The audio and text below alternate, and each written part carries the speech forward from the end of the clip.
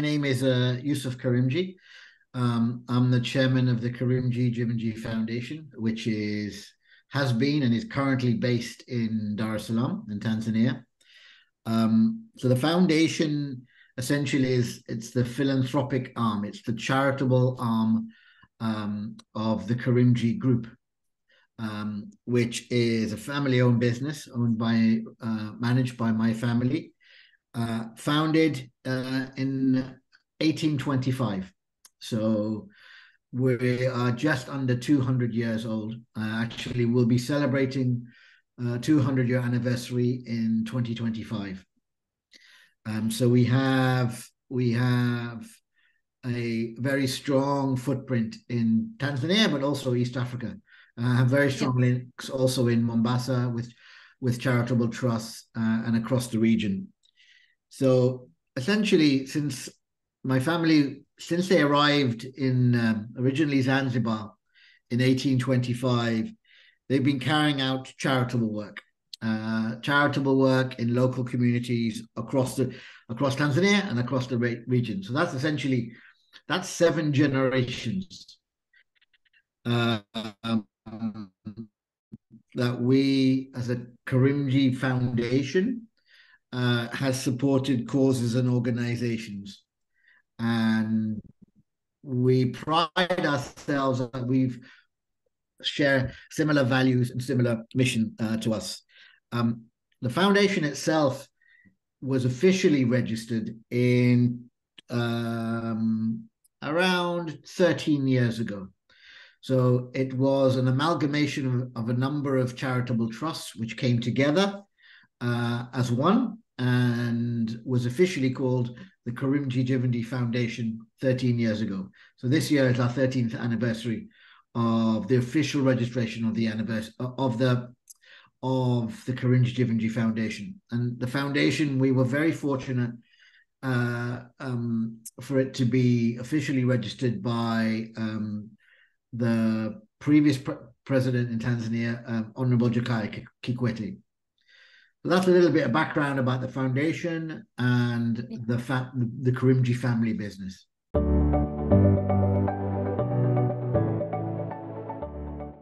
I'll talk about essentially, maybe a good way would be to go on to the impact, because actually the experience and track record will come through this, and I think I've mentioned a lot of that already. But our track record is, again, just to reiterate, is 7 generations. So since the 40s, before that, we've been supporting Tanzanian government, Tanzanian communities, Tanzanian people. And essentially what we've done is we've provided over many decades, we have provided educational scholarships. We've empowered reading and learning. We have and girls' rights, specifically across Tanzania, as well as equality and inclusion. One of our focus areas over the last 6-7 years has been disability inclusion, making sure people with disabilities across Tanzania feel they are included in society. We know in Africa and in Tanzania, people with disabilities are often marginalized. We have promoted science and technology, particularly STEM. We know across Africa that the level of STEM education coming out of university is very low. And the STEM subjects are very important to build economies, to build growth for African countries, particularly Tanzania. We've promoted social entrepreneurship. I think in Tanzania, probably very similar to other East African countries, there are very large amount of young population. I think just under 50% of Tanzania's population is under 24.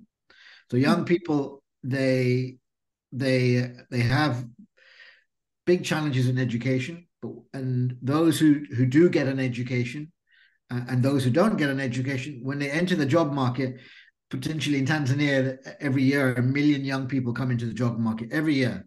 Yet there's only about just under maybe 600,000 jobs available. So that's a big challenge for young people. So one of our goals, and we've worked on a number of causes for many generations, is promoting entrepreneurship, and promoting social entrepreneurship, and starting at a young age. So at secondary school, getting young students to understand how they can make a change in their communities and how they can foster that community spirit and become entrepreneurs. And then finally, wildlife conservation. Wildlife conservation is something very strong to my family's heart, and it's something that we've been advocating and supporting for generations. We've been working with the University of Glasgow, which is one of the leading global universities in wildlife conservation, and the Nelson Mandela Institute in Arusha, to provide a training course, to provide a graduate degree in Scotland for young Tanzanian conservationists and scientists, so that they can apply their skills, learn their skills, and then apply them back in the field of conservation, back in Tanzania and across the region. Working in the Serengeti National Park, working in the Ngorongoro, working with elephants, wildlife, human conflict. So wildlife conservation I would say would be our biggest sustainability under the sustainability umbrella. But actually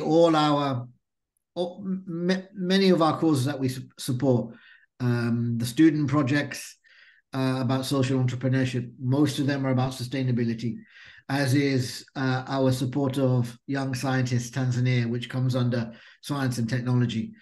Many of the projects the students develop are sustainable projects to help solve problems, whether it's climate change or power generation in Tanzania. I think the foundation has made a tangible difference to the lives of thousands of young Tanzanians, through our own scholarship program. So what I haven't talked about is, and this was one of the first causes that the family's charitable trusts many decades ago started with, was supporting young Tanzanians, helping the disadvantaged through university education. And we basically have a formal scholarship program, our own program, that we've been running for good 20, 30 years. And we've supported thousands of young Tanzanians to fulfill their dreams.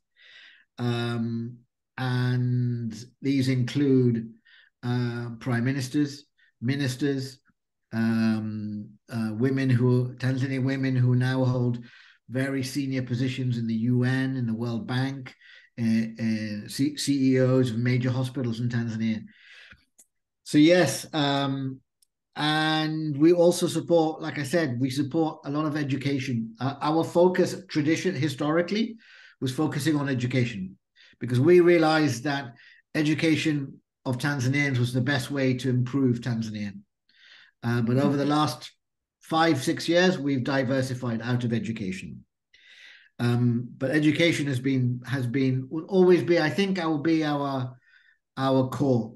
Like, we've helped many students fulfill their potential, reach their aspirations, and we've helped them study at some of the best universities in the world, and also in Tanzania. Young scientists, I talk about young scientists, that provides a platform for young people from across Tanzania to demonstrate and showcase their scientific talents. And our aim is to help popularize science amongst young people and encourage them to find practical solutions to the problems they face in everyday life, they face in their communities, and that the country faces.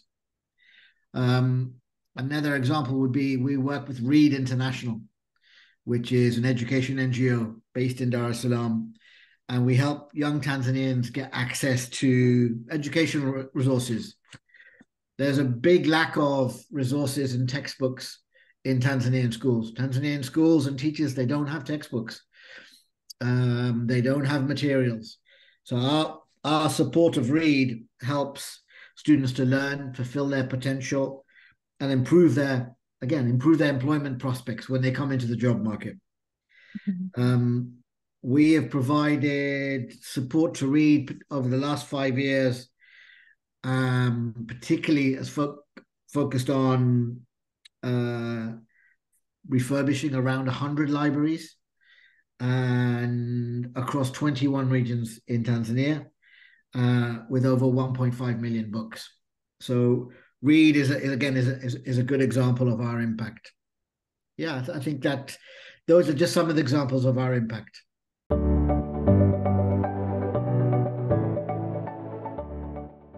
I think the tools would be essentially, it's very important to understand the targets. When we agree a way forward or a vision with our grantees, our partners and our projects, we will together with them, we'll develop and agree a plan of action based on our funding. So what are the targets? What are their expected targets for the year? So one of the things at the end of the year, we'll also actually by quarter, half yearly, and at the end of the year, we measure actual versus targets, whether it be number of libraries, whether it be number of community projects, whether it be number of students taken in, a number of gender clubs. Depending on each grantee, we will have strict targets in place, which we monitor very closely, and which they are very transparent about. Other things we do is we have the tools we use is for all our grantees, we have a memorandum of understanding or a contract in place, which agrees and sets in place what we expect from both parties, from us, how we can help, and the information from the grantee. We also have, like I said, quarterly and annual reporting. We have budget utilization analysis. So very important for a foundation like us is to understand how our money is being spent, how it's being spent, where it's being spent, and whether it's effective or not. And then we also look at year-on-year analysis. So we look at normally we at Karimjee Foundation, we partner with small projects because we help them grow. I find it more beneficial if we work with small partners who we can help grow. So we look at year-on-year analysis of their targets, their forecasts. And then again, something we do at the end of the year is I sit down with all the founders of our projects and discuss openly what is their vision for the future. What is their vision for their NGO or their charitable organization? So those are some of the tools. Actually, they're also, it's the same as tools and structure. Those are the structures we put into place to ensure that we get the most out of our grantees and then they get the most out of us. Okay, so the sustainability course, we don't support a sustainability course. We support the main sustainability course, PURE, which would be wildlife conservation, climate change, wildlife, ecosystem management would be our partnership with the University of Glasgow in Scotland, and our partnership with the Nelson Mandela Institute Conservation College University in Arusha. So each year, we've been running this program since 2016. In that time, we have taken in up to 20 young Tanzanians, which we select through a very stringent application process. So we're choosing the best young conservationists, the best young scientists, and we are supporting them with a scholarship at the University of Glasgow, which is a 2-year scholarship program, 1 year in Glasgow and then 1 year in the field in Tanzania. And these young Tanzanians, then they come back and they work on the front line in sustainability and conservation. And that course is now one of the most recognized courses in East Africa. If you talk to the major wildlife organizations, particularly in Tanzania, like the Wildlife Authority, the Wildlife Trust, they all hold the Karimjee Conservation Scholarship Program as at the top, as helping to bring back young Tanzanians and helping them, applying them with tools and skills to be great conservationists. Under sustainability, also our support of Great Hope Foundation, which is a small NGO. They have run a annual competition called the Uwezo Awards. That is a community change program or competition. So across secondary schools, all across Tanzania, students have to develop community change projects, how they can improve their communities, their schools, their local villages, whether it's growing vegetables, whether it's donating blood, whether it's cleaning rubbish, whether it's donating to maternity hospitals. But a lot of these ideas that these young students at secondary school are sustainability projects. And that if they learn at that age about sustainability, it's great for their future. So sustainability is part of actually most of our projects.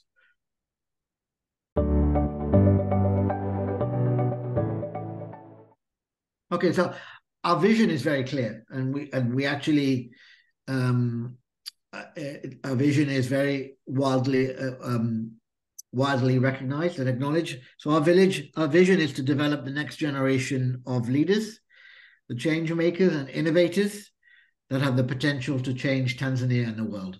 Very clear for us. To develop the next generation of leaders, change makers and innovators who will change Tanzania and who can change the world.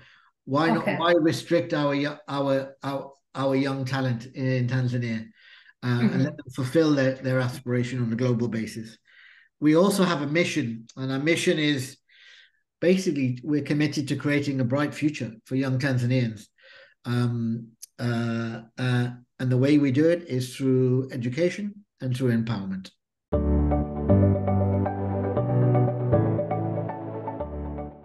Like I said, the foundation is part of our family business group, the Karimjee Jivanjee Group. And within our group, we have a board of directors, which I sit on. And above the board of directors, we also have an owners council. It's a particular structure set within global businesses, which manages family affairs, but also this one manages our philanthropic and our charitable work, which is the foundation.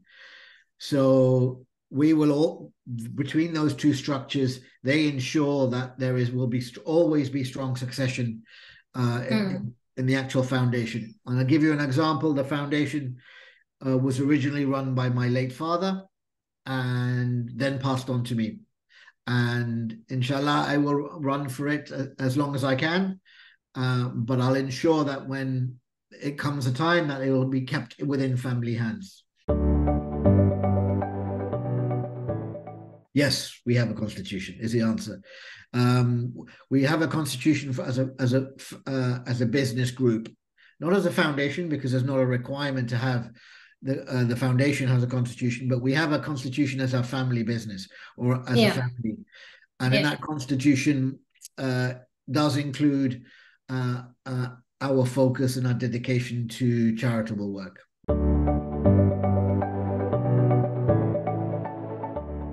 I think we have a very open, like I said, the foundation is run by myself and a small team. But I take guidance from both my board of directors and my owners council. But we rarely have conflict of interest. We are always on the same page. Yeah. Other members of both entities have ideas and contribute ideas, and they're normally taken on board. So we have a very open, honest discussions about future plans, future ideas, But ultimately, they entrust the running of the foundation and the vision of the foundation into with myself. But also, sorry, I didn't mention, we have a board of trustees on the foundation as well.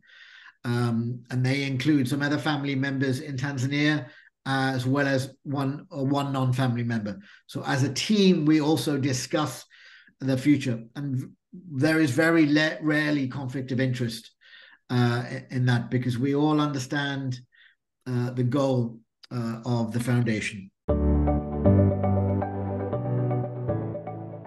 Well, to show and continuity, it's basically, like I said, we're a family business. We like to keep both the family business and the family foundation within family hands. So the foundation will always be in family hands. And to ensure that, like I said, we have a board of directors, which are family members, and we have an owners council that we report to, which are family members. And between those two entities, that the stewardship of the Karimjee Jivanjee Foundation is maintained, and that's how we ensure continuity. It's family hands.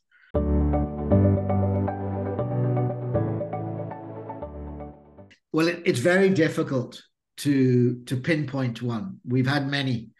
I'd rather not answer that quantitatively or qualitatively, but I'll answer that in a different way for you.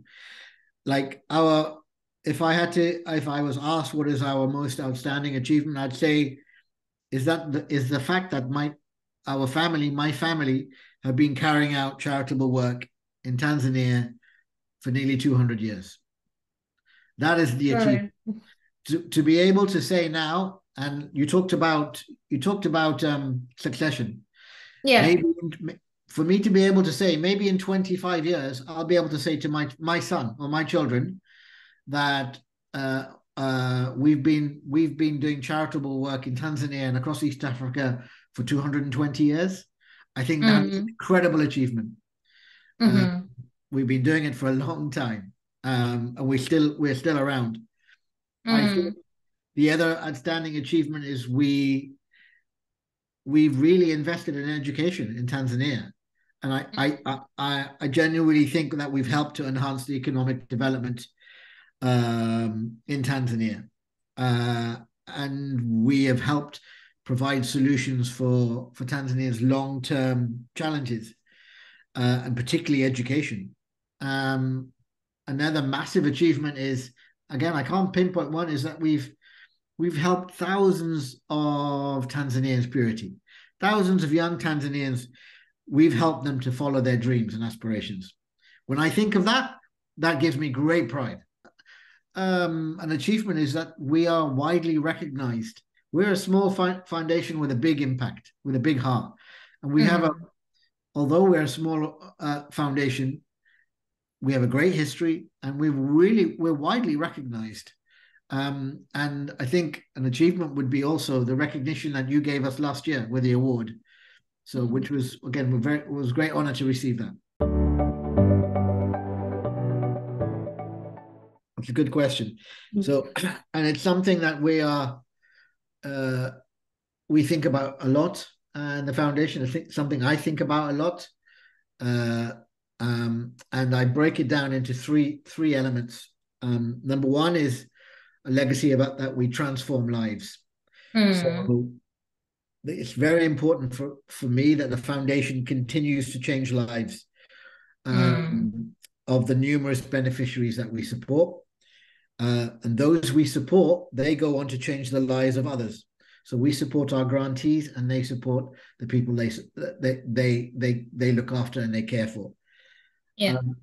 Transforming lives means that we also, number two, is we impact society. That is a big legacy. That is a commitment for our future. That essentially the strategic focus of the Karimjee Foundation is on education, innovation, and livelihoods. Yeah. So that allows us to make a contribution to Tanzania's most critical development needs. So number one is we transform lives. Number two is we impact society. And finally, that allows us to continue that legacy. And the foundation, essentially, the role of the Karimjee Foundation today enables us to promote our family's values. So if you go to our Karimjee Jivanjee website, our group business website, you'll see our values.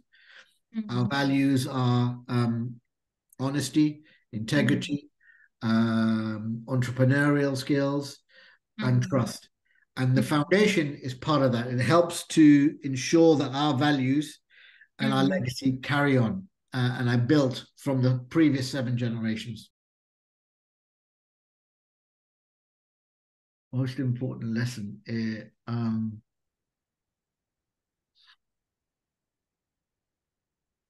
do what you can is, I think, Africa and East Africa has so many challenges, but also has great potential. With population growth, with urbanization, as a lot of these countries develop, is they need support and they need help. And if you're in a position to do that, you should do that. And there are many, many NGOs and charitable organizations in Tanzania and across East Africa and across Africa that need support, that need help, that need development, that need nurturing. So that would be my advice: is do what you can when you can.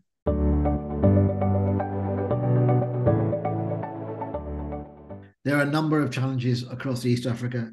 Like in Tanzania, for example, it's job creation, empowering young people so that they can work and earn a living and support others and support their families. That is a huge challenge. Job creation. Gender equality is huge. Giving a voice for women and girls in Africa is really important. Empowering them. Conservation and climate change.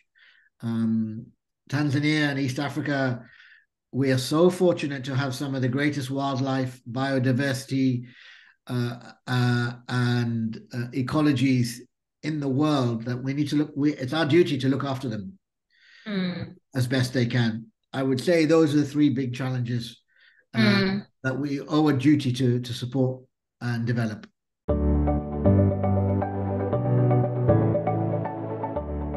The best way is for you to understand is from all your partners and all the organizations you work with, like Karimjee Foundation, is to understand what they're doing, understand their challenges, and share those ideas, best practice ideas from all across your network. What are organizations doing? What are the challenges they face? What are the solutions they are developing? So that we're learning and we're gathering more information.